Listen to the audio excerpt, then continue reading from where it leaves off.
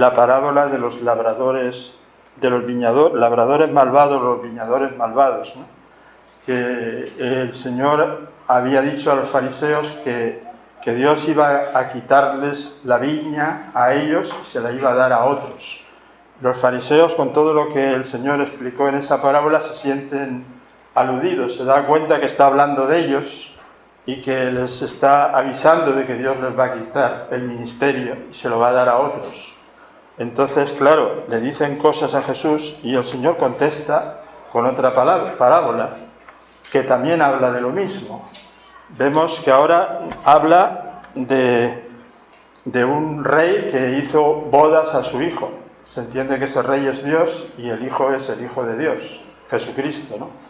Entonces envía a sus siervos a llamar a los invitados a las bodas. En principio van al pueblo de Israel. En principio van a los fariseos y a los líderes de Israel a invitarlos a las bodas, porque es, digamos, los primeros que tienen, se supone, derecho a estar allí. Y resulta que estos invitados rechazan la invitación y no asisten a la boda, se van a sus negocios, a sus cosas, y entonces, pues, el rey insiste y envía otros siervos invitando a las bodas, llamando a que vengan a las bodas, pero ellos no vienen. Y es más, no solo no vienen, sino que en algún caso matan a los enviados que el Señor había enviado para invitarles a la boda. A los mensajeros los matan, los afrentan y los matan. Y entonces, cuando el rey lo oye, se indigna, y vemos lo que dice aquí en el versículo, vamos a leer el versículo 6 y 7, a ver lo que dice. Dice, en el versículo 6 dice: y otros, tomando a los siervos, los afrentaron y los mataron. Al oírlo el rey se enojó y envió sus ejércitos y destruyó a aquellos homicidas y quemó su ciudad. Esto es una palabra profética. El Señor está hablando aquí proféticamente, porque estos fariseos y estos líderes de Israel que mataron, como dice en otro lugar, que hacían lo que hicieron sus padres, ¿no? Que mataban a los profetas y al final mataron a Jesucristo clavándolo en la cruz, ¿no? Entonces el rey se indigna con lo que habían hecho.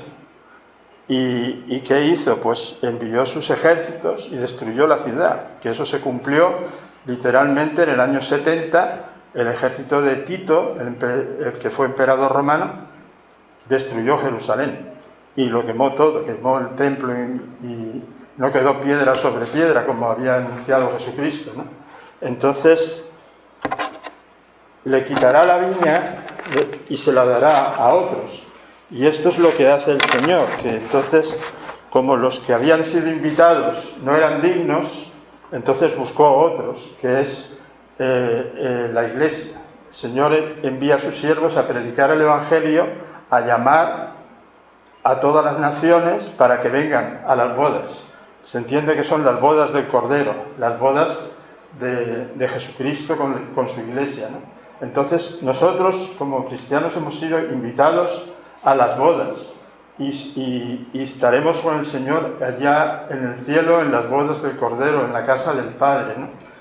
El Señor dice: en la casa de mi Padre muchas moradas hay. Si así no fuere, yo os lo habría dicho. Voy a preparar lugar para vosotros. Y cuando fuere y preparado el lugar, volveré otra vez y os tomaré a mí mismo, para que donde yo estoy, vosotros también estéis. Está diciendo que el Señor va a volver a buscar a su esposa desde el cielo, ¿no?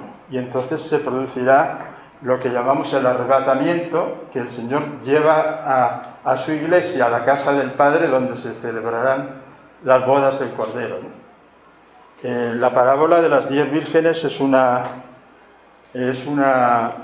ilustración de la espera de la venida del Señor para ir con Él a las bodas.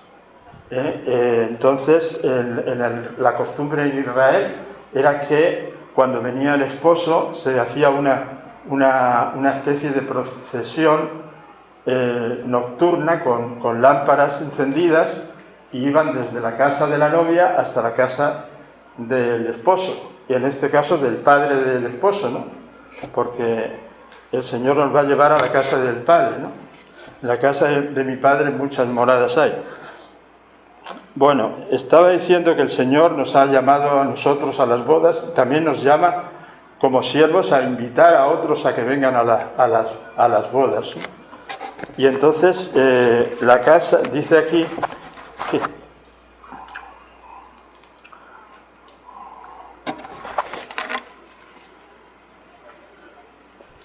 que id pues a las salidas de los caminos y llamad a las bodas a cuantos halléis. Y salieron los siervos por los caminos y juntaron a todos los que hallaron, juntamente malos y buenos. Y las bodas se llenaron de convidados. Entonces la parábola esta de las bodas nos recuerda otras parábolas que el Señor habla de lo que es lo que es el reino de Dios. Y aquí empieza diciendo: el reino de los cielos es semejante a un rey que hizo bodas a su hijo. O sea que esto también es una parábola del reino, lo mismo que la parábola del trigo y la cizaña, o que la parábola de la red, donde dice que los pescadores echaron la red y sacaron muchas clases de peces, pero luego, una vez en la orilla, separaron los peces buenos de los peces malos, y los peces malos los volvieron a echar al mar, ¿no? Y solo se quedaron con los buenos, ¿no? Y en la parábola del trigo y la cizaña, los ángeles separan el trigo de la cizaña, ¿no? Y la cizaña la queman en el horno, y el trigo pues es la cosecha que quiere Dios, ¿no? Entonces esta parábola del reino pues es exactamente lo mismo. Dice que los que llaman a las bodas llaman a toda clase de gente, a buenos y malos, pero luego viene la separación. Llega un momento en que Dios tiene que separar la paja del trigo, y en la iglesia pues mucha gente, o sea, hay muchos llamados que luego no son auténticos cristianos. Solamente Dios conoce los corazones. El que ha nacido de nuevo es auténticamente un cristiano. El que tiene a Cristo en su corazón tiene la vida eterna. El apóstol Juan dice: el que tiene al Hijo tiene la vida, el que no tiene al Hijo no tiene la vida. Por mucho que por fuera aparezca o aparente que es un cristiano, si no tiene a Cristo dentro, no tiene vida eterna. Entonces, en la iglesia, el hecho de asistir a una iglesia no quiere decir que se es salvo ni que es un verdadero hijo de Dios, sino el Dios que ve los corazones sabe lo que hay dentro de ti, y Él sabe si tú tienes a Cristo en tu corazón o no lo tienes. Si tú eres un templo del Espíritu Santo y el Espíritu Santo está ahí dentro o no está. El Señor lo ve muy claramente. Nosotros no lo vemos tan claro. Cualquiera nos podría engañar y podríamos pensar que uno es un cristiano y a lo mejor pues no lo es, ¿no? Si por fuera se comporta más o menos bien, podemos pensar que es un cristiano. Sin embargo, Dios que ve los corazones no se les puede engañar. Entonces yo creo que cada uno tiene que entrar a cuentas con Dios, ¿no? Y no mirar a ver lo que piensan los demás de mí, sino qué es lo que piensa Dios de mí, ¿no? Y entonces, pues, en las bodas, siempre, en las parábolas del reino siempre se hace una separación. Y al final, cuando el Señor venga, habrá una separación. Cuando habla de la venida del Señor en Mateo 24, pues nos dice que enviará a sus ángeles y recogerán a los escogidos en todos los países del mundo, ¿no? Y entonces dice que uno será tomado y otro será dejado. O sea que los ángeles también saben a quién tienen que coger. Y habrá muchos llamados y pocos escogidos. O sea, e incluso dice, habrá dos que estén durmiendo juntos y uno será tomado y otro será dejado. Incluso en un matrimonio, ¿no? Y estarán dos trabajando juntos, a lo mejor trabajando en la obra del Señor, y uno será tomado y otro será dejado, porque los ángeles saben a quién tienen que escoger, saben distinguir la paja del trigo y la cizaña del trigo, ¿no? Y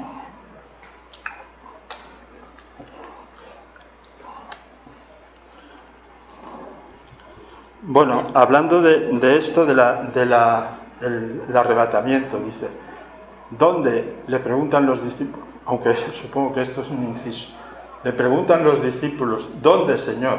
Como lo que quieren preguntar es, ¿dónde vas a venir? Para que nosotros vayamos allí a buscarte. Y el Señor les dice, donde esté el cuerpo muerto, allí se juntarán las águilas. O sea, quiere decir que son los ángeles, que son las águilas, los que llevarán a los cristianos a donde esté el Señor. Dice que lo recibiremos en el aire, en las nubes. Entonces no tenemos que estar pensando, el Señor va a venir a tal sitio o va a venir a tal otro, porque hay un sitio donde dice, helo aquí o helo allí. Entonces tenemos que ir para allá a buscar que el Señor viene y está allí, o helo allí, vamos allá a buscar al Señor que viene por allá. No, eso nos está avisando el Señor que no, sino que los ángeles nos van a llevar a donde esté Él. Bueno, y quitando el inciso vamos a continuar con la parábola.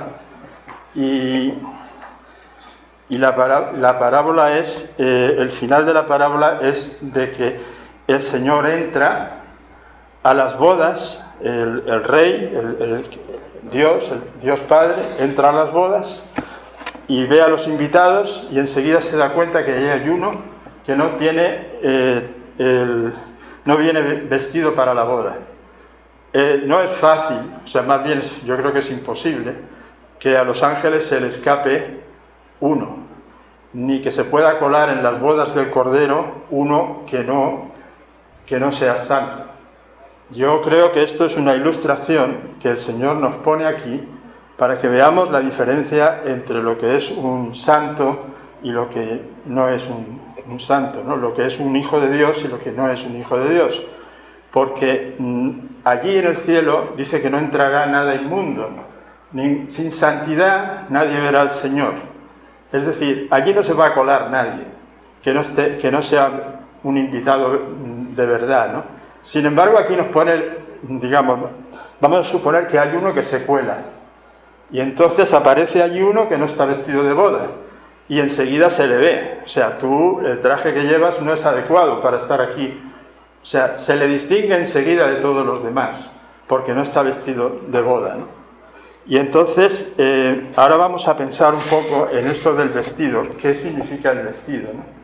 El Señor, por ejemplo, Jesucristo, en el Sermón del Monte nos dice que la vida es más que el alimento y el cuerpo es más que el vestido, ¿no? Entonces el Señor aquí nos está comparando el vestido con el cuerpo. Y en otro lugar, por ejemplo, Pablo nos habla de que tenemos que vestirnos del Señor Jesucristo. Podemos pensar también en el Apocalipsis, la iglesia de Sardis nos habla de que habrá algunos en Sardis que irán vestidos con vestiduras blancas. Entonces, esa blancura del vestido significa la santidad, ¿no? Entonces, en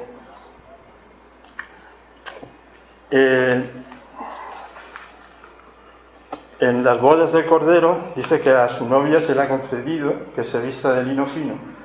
Y el lino fino representa las acciones justas de los santos, o sea, las obras, la santidad, ¿no? Entonces, vamos a ir a Corintios, a 2 Corintios, capítulo 5, porque ahí habla muy claramente de la relación entre el vestido y el cuerpo. Entonces, en Corintios capítulo 5, dice, porque sabemos que si nuestra morada terrestre, este tabernáculo, se refiere a este cuerpo, se deshiciere por medio de la muerte, tenemos en Dios un edificio, o sea, una casa, una morada, no hecha a manos, eterna en los cielos. Por eso también gemimos deseando ser revestidos. Y ahora ya no está hablando de casas, ahora está hablando de vestiduras. Por eso también gemimos deseando ser revestidos de aquella nuestra habitación celestial. Habitación celestial sí que es casa, pero es que antiguamente las casas en Israel eran tiendas de campaña y eran de tela y eran a veces simbólicamente el manto representa la casa también, ¿no?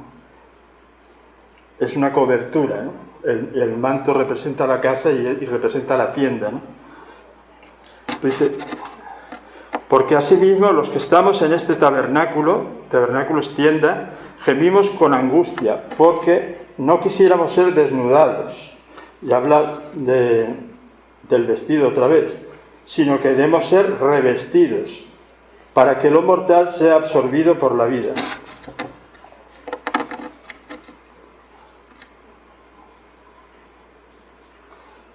Entonces, bueno, más o menos creo que ha quedado claro, ¿no? O sea, el cuerpo es como si fuera una vestidura del alma, y entonces cuando se habla del vestido muchas veces se está simbolizando al cuerpo. Y cuando dice quisiéramos ser, o sea, no quisiéramos ser desnudados, se refiere a no quisiéramos morir y perder este cuerpo, sino quisiéramos ser revestidos. Está hablando de esa transformación final, cuando en un abrir y cerrar de ojos, a la final trompeta, los muertos resucitarán y nosotros, los que estemos vivos, seremos transformados. Entonces, eso sería ser revestidos, ¿no? Entonces, esa relación entre el cuerpo y el vestido nos da a entender que lo que el vestido, estar vestido para la boda, es llevar el cuerpo resucitado, ¿no? Entonces, allí en el cielo se ve claramente quién tiene ese cuerpo de resucitado y el que no. El pastor Johann Carlsen muchas veces lo ha escrito y lo ha predicado, que Adán y Eva estaban desnudos y no se avergonzaban, porque ellos llevaban sobre sí mismos la gloria de Dios, estaban investidos de la gloria de Dios, de alguna manera su cuerpo resplandecía, y entonces, igual que una bombilla, sobre todo de las de antes, que tenía un filamento dentro que daba luz, ¿no? Que se pone incandescente y entonces da luz, ¿no? Cuando la bombilla está encendida, tú nada más que ves la luz, pero no puedes ver el filamento. Pero cuando se apaga, se ve claramente todos los detalles de cómo está el filamento, ¿no? Entonces Adán y Eva estaban encendidos, pero luego por la caída fueron destituidos de la gloria de Dios. Y esa luz que ellos tenían, esa gloria que tenían, la perdieron. Y así hemos nacido todos nosotros. No llevamos esa gloria de Dios, pero la recuperaremos en la resurrección. Entonces,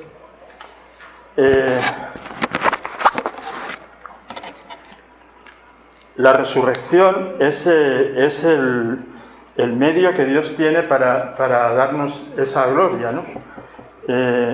Cuando hablamos de la obra de Dios en el ser humano,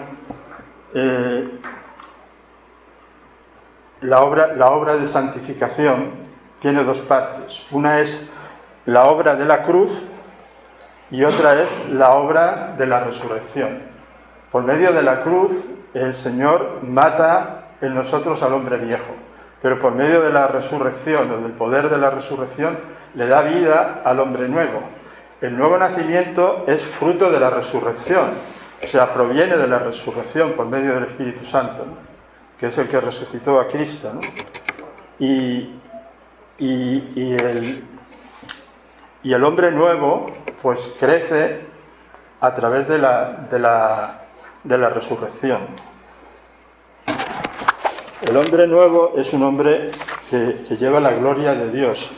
Vamos a leer en Corintios, en 2 Corintios, en el capítulo 3, versículo 18, que es el último, de ese capítulo hasta el... Bueno, y luego varios versículos del 4. Dice así: por tanto, nosotros todos, mirando a cara descubierta como en un espejo la gloria del Señor, somos transformados de gloria en gloria a su misma imagen, como por el Espíritu del Señor.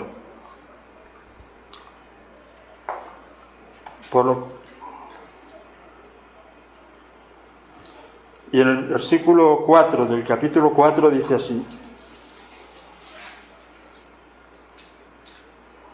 dice, a los cuales el Dios de este siglo, se refiere a los incrédulos, cegó el entendimiento de los incrédulos para que no les resplandezca la luz del Evangelio de la gloria de Cristo, que es la imagen de Dios.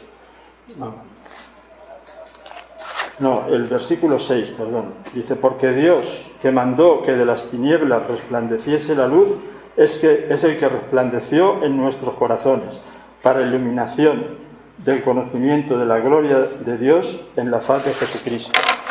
Es decir, nosotros somos glorificados por medio, o sea, esa gloria de Dios el Señor nos la devuelve, esa gloria de Dios que perdió a Adán, el Señor nos la devuelve, pero para eso necesita que el hombre viejo muera y que el hombre nuevo que nazca y crezca, ¿no? Y nosotros recibimos la gloria de Dios, como dice aquí, somos transformados de gloria en gloria a la imagen de Jesucristo. Es muy importante la adoración y la contemplación de Cristo, viendo el rostro del Señor, como nos dice aquí, conocer a Cristo, y todo eso nos va cambiando, nos va transformando a su imagen, y esa gloria que tiene Cristo se nos va comunicando, ¿no? Por medio de la forma que dice aquí en Corintios, ¿no? Que somos transformados a su imagen de gloria en gloria, ¿no? Con lo cual yo creo que el tema de la adoración deberíamos de prestarle muchísima más atención, ¿no? Porque forma parte de la santificación, no es solamente, o sea, para la santificación es necesaria la cruz, pero también es necesaria recibir la gloria mediante la adoración, y bueno, aquí en Corintios queda expresado, ¿no? Entonces dice la palabra que una vez que hayamos resucitado, habremos sido transformados, y según Jesucristo nuestro aspecto y nuestra apariencia será como la de los ángeles, ¿no? Dice que somos hijos de Dios al ser hijos de la resurrección. Es decir, los ángeles en el Antiguo Testamento se les llama hijos de Dios. Nosotros no vamos a ser idénticos a los ángeles, somos, digamos, otra especie diferente, pero y tenemos algunas cosas que aventajaremos a los ángeles, incluso, ¿no? Según podemos deducir de algunos textos, pero sí que seremos un poco parecidos a los ángeles, ¿no? Entonces Cristo dice eso, que seremos parecidos a los ángeles. Entonces aquí cuando entra el rey a ver a los invitados a las bodas, los ve a todos, y todos pues tienen un aspecto pues como parecidos a los ángeles. Sin embargo, ve uno allí que no tenía ese aspecto, ¿no? Entonces la Biblia nos dice que todos vamos a resucitar, tanto los buenos como los malos. Todos, habrá resurrección de justos y habrá resurrección de injustos.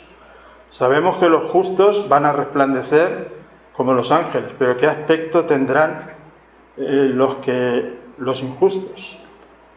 ¿Cómo se vería este hombre que se había colado en la boda y no tenía que estar allí? ¿Qué imagen tendría, no?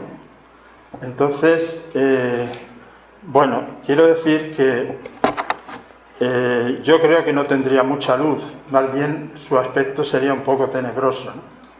Entonces, Satanás dice de la Biblia que fue un ángel de luz y que era el más bello de los ángeles, pero al caer, pues, digamos, perdió toda su belleza y se convirtió en un ser tenebroso, ¿no? Lo único que le queda es disfrazarse de ángel de luz para engañar, ¿no? Pero su aspecto real pues debe ser bastante de tinieblas, ¿no? Más que de luz. Entonces, pues procuremos aceptar el llamado de Dios y dejar que Él nos cambie a su semejanza y nos dé su gloria. Dice él: la gloria que me diste yo les he dado. El Señor quiere darnos su gloria. Procuremos aceptar el llamado de Dios y recibir su gloria y que Él nos llene de su luz, porque si no nos vamos a ver llenos de tinieblas. ¿Qué aspecto vamos a tener si no aceptamos esa luz de Dios? Yo os animo a que os agarréis a Cristo y a que os abráis a su luz y os llenéis de su luz, porque lo contrario es, o sea, si tú adoras a Dios y miras su imagen, te vas a llenar de Él, y su imagen, tú vas a ser transformado a su semejanza y a su imagen. Pero si adoras cosas malas y adoras dioses falsos y pues al final te vas a convertir en lo que adoras y yo creo que vas a estar horrible, ¿no? Si quieres ser un ser resplandeciente, pues aférrate a Cristo y busca a Cristo, porque Él quiere cambiar tu vida no solamente desde dentro, sino desde fuera. Ahora nosotros podemos engañar a los demás. Nuestro aspecto físico pues puede confundir, pero solo Dios conoce los corazones. Pero entonces está claro, o sea, lo que hay por dentro es lo que se va a ver por fuera. Si tú eres feo por dentro, vas a estar feo por fuera. Y si tú eres santo por dentro, vas a resplandecer por fuera. Entonces, allí no hay mentira, ¿no? En el reino de los cielos no hay mentira, sino que todo se ve a las claras. Entonces, tenemos que tomar una decisión clara por Cristo para poder recibir de Él lo que Él tiene preparado para nosotros. Bueno, pues esta es la meditación de la palabra del Señor y espero que sea de bendición para todos vosotros. Señor os bendiga. Vamos a continuar con nuestro culto.